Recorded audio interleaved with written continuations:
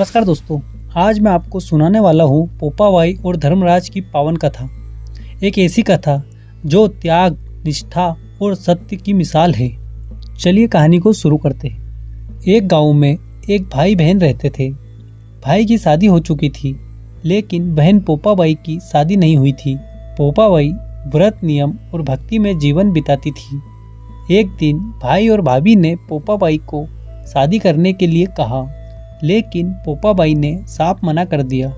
उन्होंने कहा, मेरे लिए गांव के बाहर एक झोपड़ी बनवा दो, मैं वहीं रहकर भजन भक्ति करूंगी।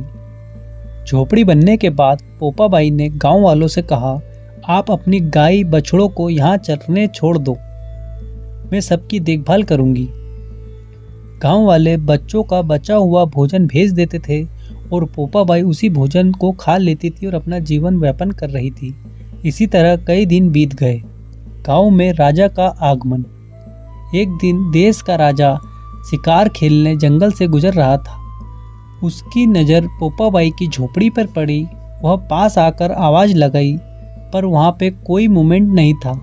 पोपाबाई ने अंदर से पूछा, कौन हो, क्या चाहते हो? राजा बोला, मैं इस देश का राजा हूँ। राजा ने बोला, मैं इस देश का राजा हूँ और मैं तुमसे विवाह करना चाहता हूँ। पोपाबाई ने कहा, मैं पराये पुरुष का मुंह तक नहीं देखती, अपने महल लौट जाओ। पोपाबाई ने कहा, शादी तो छोड़ो, मैं पराये पुरुष का मुंह तक देखती नहीं हूँ, आप अपने महल लौट जाओ। लेकिन राजा नहीं माना और बलपूर्वक पोपाबाई को घोड़े पर बिठाकर महल ले आया। यह देखकर पोपाबाई के भाई ने राजा को श्राप दिया और कहा, राजा तेरा राजपाट सब नष्ट हो जाएगा। महल पहुंचकर राजा ने सारी बात रानियों को बताई।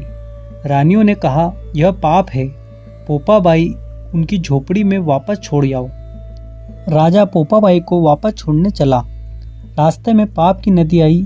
उसी नदी में राजा डूब गया और उसकी मृत्यु हो गई। राजा और पोपाबाई दोनों उस नदी में डूब गए। मृत्यु के बाद पोपाबाई धर्मराज के दरबार पर पहुंची। धर्मराज ने उन्हें स्वर्ग का राज्य दे दिया। सेठ सेठानी की कहानी। एक गांव के सेठ सेठानी की मृत्यु हुई। वे भी स्वर्ग लोक पहुंचे, पर देखा कि स्वर्ग का द्वार बंद था। दोनों ने धर्मराज से कहा कि द्वार खोल दे।